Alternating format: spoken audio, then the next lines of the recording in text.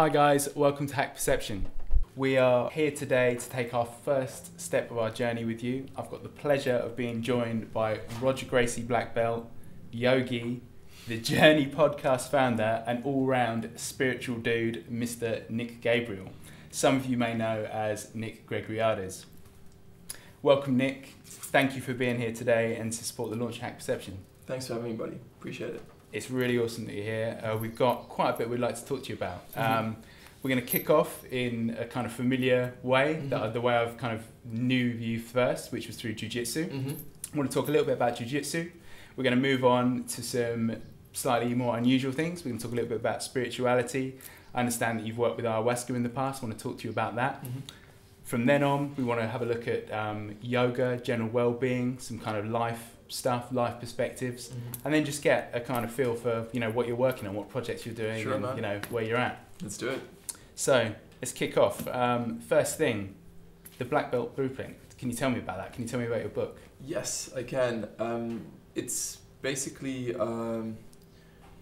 it's a distillation of everything I learned as someone who's training to be to earn his black belt in Jiu-Jitsu. A lot of lessons I learned on that journey while teaching, competing, practicing, and yeah, it's a pretty comprehensive guide to Jiu-Jitsu, featuring things I've learned from my various teachers and from the various resources I've been exposed to, and also with my own ideas and philosophies. That's yeah, cool, man. yeah, That's it's cool. From what I've read and the pieces I've seen in there, something that really sort of jumped out to me was the conceptual element to the book. Can you talk a little bit more around the conceptual kind of Jiu-Jitsu? Sure. Jiu-Jitsu, for the longest while, the way Jiu-Jitsu has been taught in most academies is that it's just a sequence of techniques or moves or set responses to specific scenarios that your instructor tries to transmit to you. And my very first coach was a very progressive individual, and he taught by using principles, fundamental principles with regards to human movement and to the underlying mechanics of Jiu-Jitsu and how it works. And by teaching me those things, it kind of laid a very versatile foundation for further study. And one of the reasons I focus on conceptual learning and teaching my students and trying to transmit concepts and principles to them is because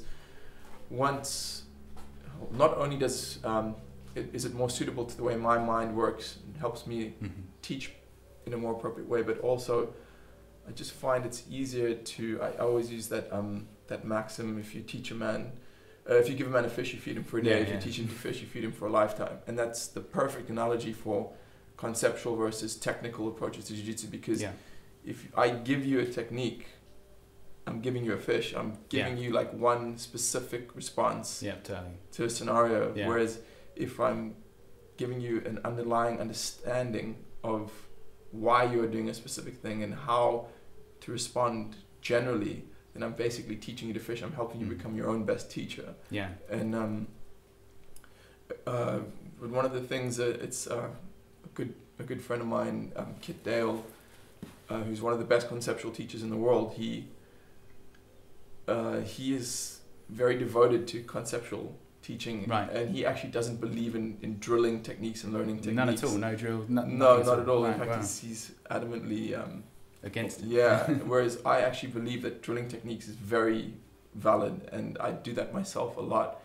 I'm trying to marry the two things together. You know, it's we just spoke about just before we started filming, as Bruce Lee says, absorb what is useful, reject what is useless. Yeah, totally. So yeah, that's my approach. No, it's really interesting, and certainly from my perspective, it's a very different way of learning, and I think it's something that really sits with the nature of the way Jiu-Jitsu is this evolving beast. You know, that it's not this fixed archaic martial art that's been taught the same way for, you know, hundreds of years. It is constantly evolving. I think it's really, really interesting what you're doing with that. It's really cool. On a kind of flip side to that, from seeing you teach and the way you communicate your message across, I think to me, you seem a very sort of detail-oriented person. You're very, very specific in the way that you do things. Do you think, again, to quote Bruce Lee about the idea of, a punch is just a punch, a kick is just a kick, how does that sit with you? Do you feel like there is some kind of balance within being too specific on details or not? Or do you think there is a point where you kind of have to let all that detail go and it becomes just a punch is a punch and a kick's a kick? There have been many times that I've questioned, am I overthinking this? And am I creating... Because the analogies that you use the analogies that I use when I'm teaching a concept are ultimately an abstraction away from reality, right? But it's a required abstraction to help people internalize it. And there have been many times that I think to myself, you're overthinking it, and this abstraction is something that's between you and being good at jiu-jitsu. But like anything in life, it's a trade-off. There's like a positive and a negative. So you just have to find that balance. Sometimes I'll realize, okay, I'm overthinking this. Just switch off. And then other times I'll be like, oh, in this position, I'm trying to wing it too much, and I'm trying to just go with the flow too much, and it's not working. I need to sit down and break it down. So I guess it is a kind of balance really between the two things. That's cool, man. Kind of last couple of things around jiu-jitsu and martial arts before we move on to some other topics. One thing I wanted to ask, in the kind of modern way of training that we have today, that lots of people cross-train, MMA is a big thing. What keeps you grounded in jiu-jitsu? What makes you stay and want to stick with jiu-jitsu and develop further? Man, if I was 20 years old, maybe I'd be more focused on MMA, but the fact of the matter is, like, it's just too hard on my body. Like, I don't feel at this stage, or at any stage actually, that getting hit in the head is very good for me.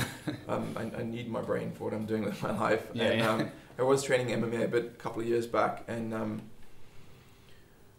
go do a session and like I'd be busted up for 3 days. For 3 days I'd be like, oh, my legs hurt, and I've got a headache from being punched in the head. And I just realized, okay, the window for being involved in this is closing now, and it's I had to let go of that. And the thing about jiu-jitsu is, don't get me wrong, jiu-jitsu is very hard on the body as well, but you can still continue it like well into your 40s and 50s if you look after your body. Okay, just to expand on that slightly, I guess what we're talking about with a difference, I suppose, with mixed martial arts and something like jiu-jitsu is that one is very much a sport, and one there is a sporting element, but I definitely feel that there is there is the art of jiu-jitsu as well, and I think that part of it is the piece, perhaps what you're saying, that you can, as a martial artist, you could continue into later years of your life, whereas as an athlete you need to be at your peak at a certain point. I agree with that. That's cool. Finally then, just in the jiu-jitsu sort of realm of what we're talking about, slightly odd question I'm going to ask you now. Okay, so we've talked about your book, and clearly when one writes a book, it is to impart some knowledge, right? What I wanted to ask you was what drove you to share that knowledge with people? Why did you want to get that out into the world? Was there something an event in your life or anything that said, I must do this? I put so much into jiu-jitsu for this big chunk of my life, and it felt like it was a really nice, I don't want to say conclusion, but almost an encapsulation of and a summation and a kind of just sifting everything down, and being like, okay, this is what I've learned, and giving it back a little bit, and being and very much to just get it down on paper, so to speak. Tying it all together, and that was a cool process. I really enjoyed it. Cool. Excellent. To move on then slightly, I understand that you've recently come back from a ayahuasca retreat, and I wondered if you'd be able to share with us a little bit about that experience today. As I mentioned to you earlier, I know this is a huge question. Yeah. I mean, the medicine is literally still in my body. I'm still, as when you guys met me this morning, I was still a little bit disconnected from everything. So someone said to me on an interview that recently we were discussing ayahuasca, and he said it's like getting a Snapchat from God. And I like that. Yeah, the effects or the experience I went through last night was one of the most profound ayahuasca experiences I've had. It was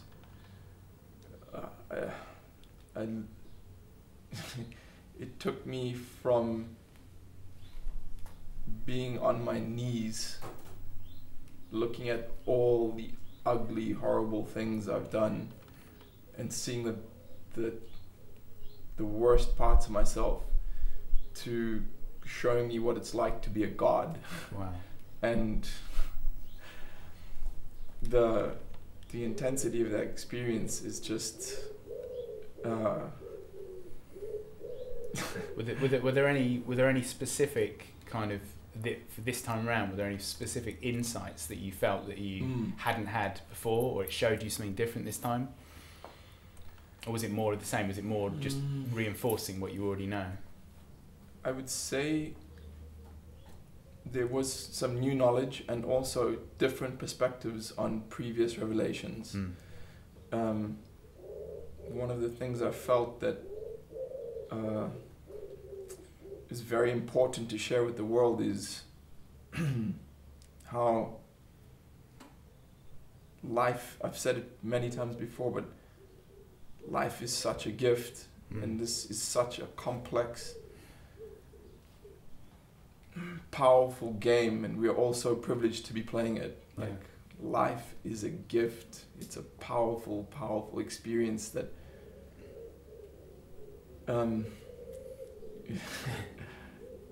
we were just all very lucky to be here playing this game. No, it's powerful, man. I'd appreciate you sharing that with us, so soon after the experience. To talk slightly at a higher level around ayahuasca and spirituality. You mean that wasn't a high level? No, well, yeah, you know what I mean. Yeah, so less individual to yourself. I wanted to ask you about, in general, with ayahuasca, do you feel that it is a vehicle or tool to communicate with intelligent consciousness that is separate to your own? Or do you feel that you are more exploring yourself through that? It's a combination of both. Because ultimately at the source, everything is you and you are everything. One, yeah. But the source has been split and almost shattered into all these different incarnations and dimensions and combinations and permutations of life and expression. And maybe when I'm talking to ayahuasca and it's taking the form of a alien plant sentience and disseminating information to me, it's just ultimately another version of me, maybe at a higher level, sometimes at a lower level, who knows, but it's all coming from the same place, just in different forms. That's kind of from my experience and kind of the way I've intellectualized things today. That's kind of where I feel that sits comfortably with me, that we're kind of setting this base level of saying that, everything is everything, if you know what I mean.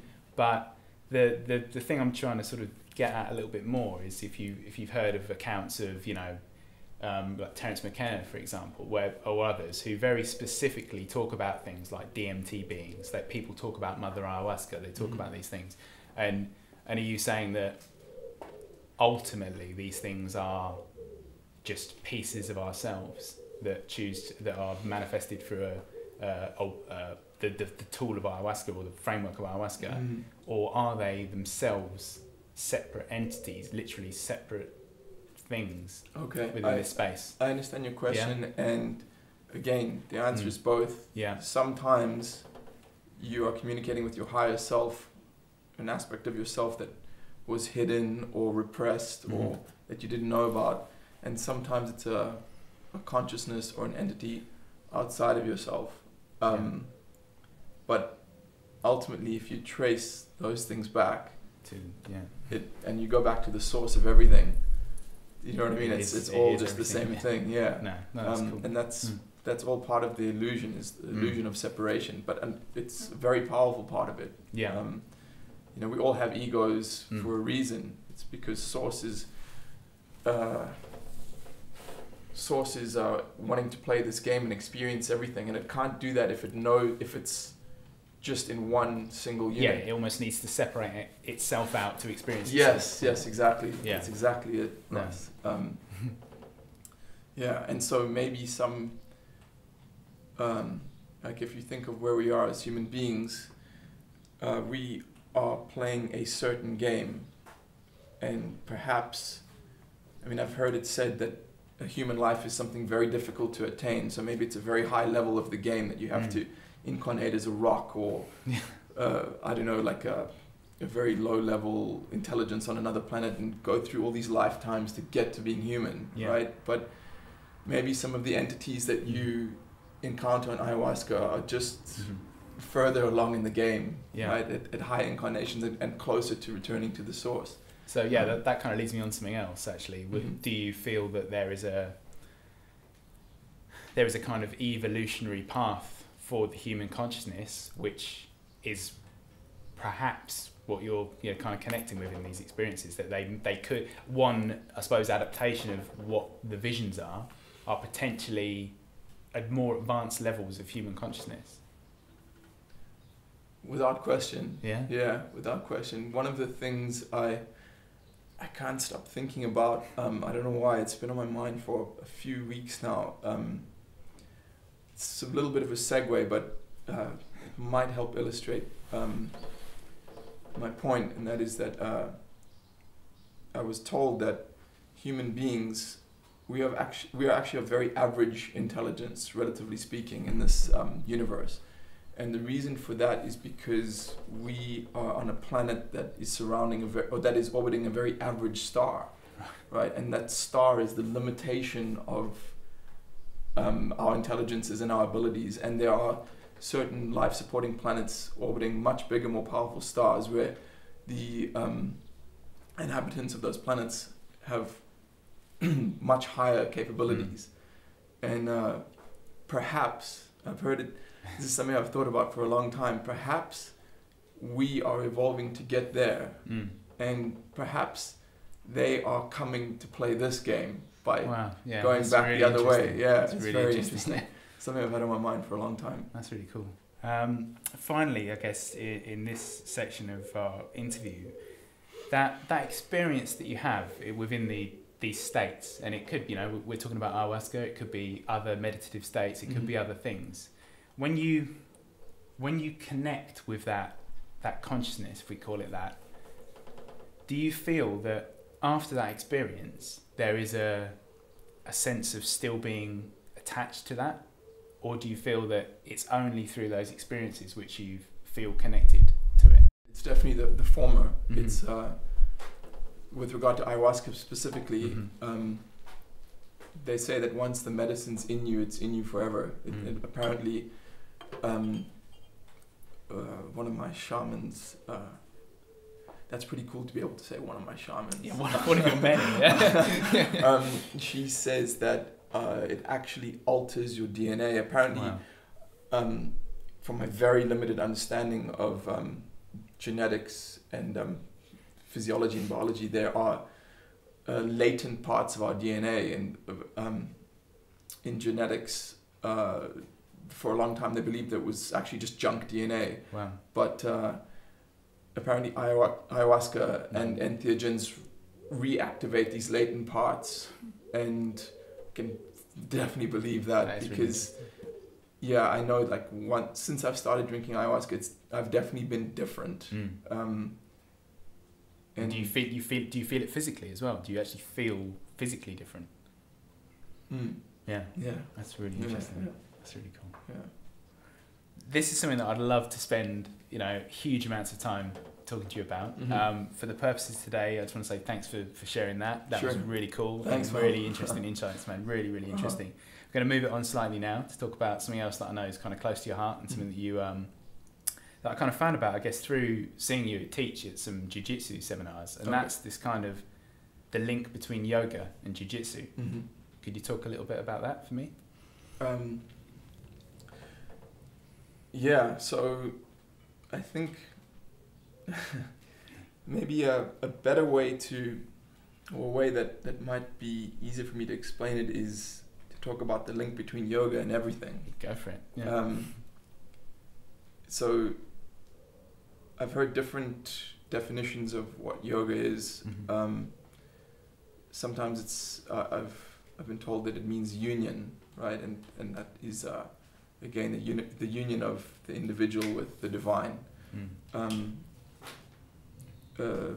My favorite spiritual teacher, Osho, he says that the purpose of yoga is to come to a non-dreaming mind, and I think both of those are actually the same thing ultimately.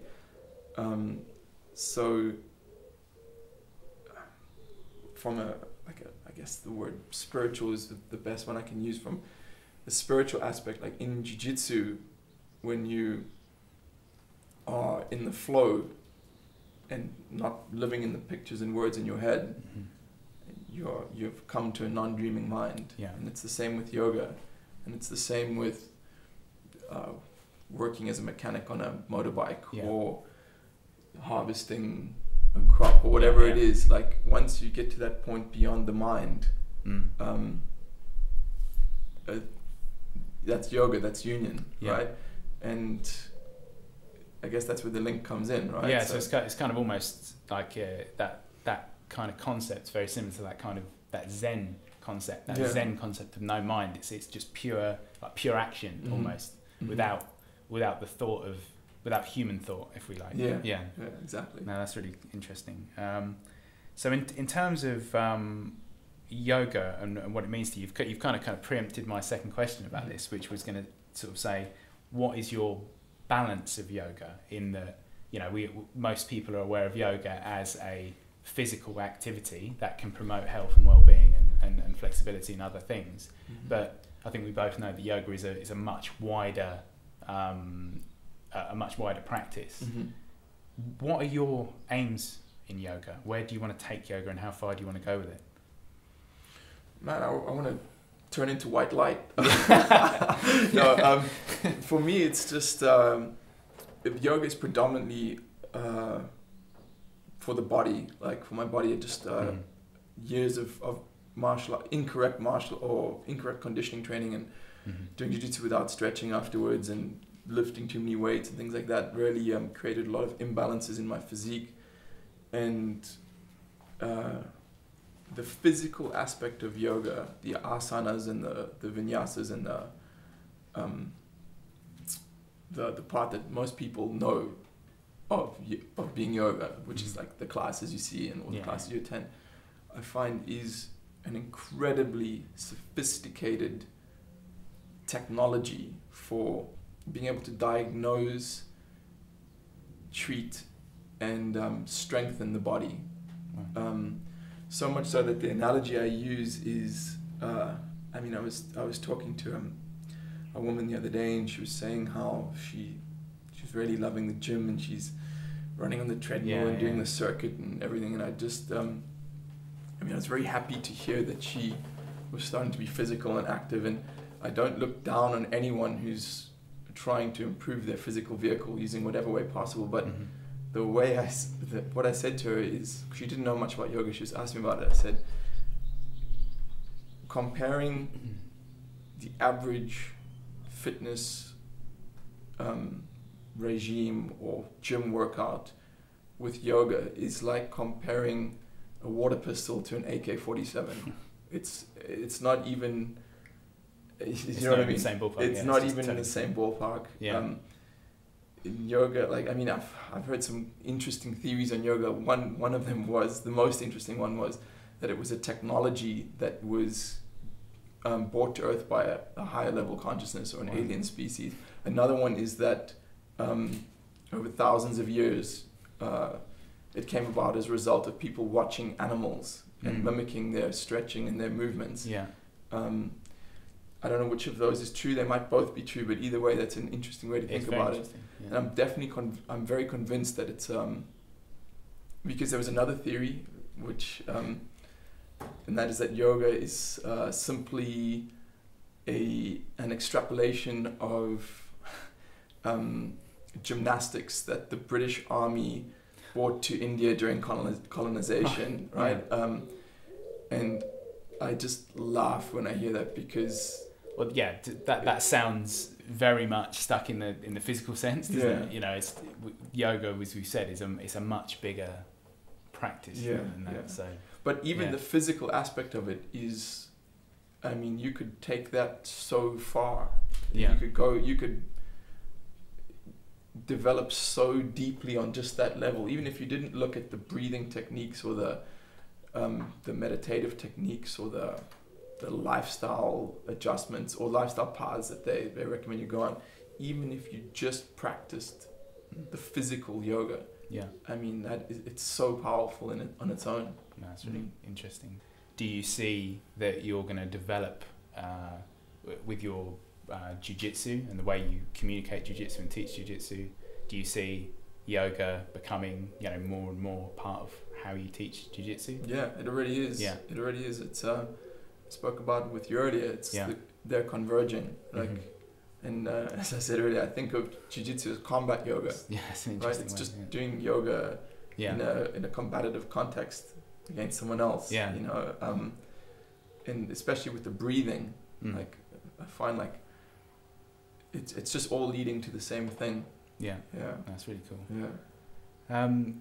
Kind of finally, the last kind of things I wanted to talk to you about were really just, can you share, what you mentioned that you've been working with Kit Dale. Mm-hmm. I know that I saw from your Facebook page on Jiu-Jitsu Brotherhood that you've got an event that's coming up soon. Yeah. Tell us a little bit about what you're doing. What's next for Nic? Well, it's I have a new DVD on Jiu-Jitsu coming out, which is the collaboration with Kit Dale. Cool. Which is very conceptually focused instructional video. I have a Jiu-Jitsu retreat in Northern California in early next year, which is going to be a lot of fun. And the other big project in my life at the moment is my new show. Oh, it's relatively new. It's been going for about a year. It's called The Journey. Yeah. I know Paul, my co-host, and I, we've both been on a very interesting trip for the past couple of years. So different, but it seems to be that we're both reaching the same conclusions, and I just really feel that there's something there with the journey. It needs to grow. It needs to get out there. Kind of very similar to what you're doing with your show and what things like the Joe Rogan Experience are doing, and just we're all just trying to figure it out. Right? Yeah, totally. And I think what's really cool is that there is so much, there is so much great knowledge out there. I think as a base, I think the Jiu-Jitsu community is a really interesting place to kind of start this, that there's a lot of open-minded people. And I think, like you said, I think everyone is kind of moving towards something. They're all doing it in their own different ways, and it's great to be able to have these kind of be a part of it and have these kind of discussions. Is really, really cool. Yeah, it is really cool. So I guess that's pretty much it for today. I'd love to talk to you more, and I hope to talk to you in the future on Hack Perception. It's been an absolute pleasure having you here today, Nic. Thank you very much. Thank you so much for coming. Thank you so much for having me. Thank you very much, Ross. Yeah. Nice.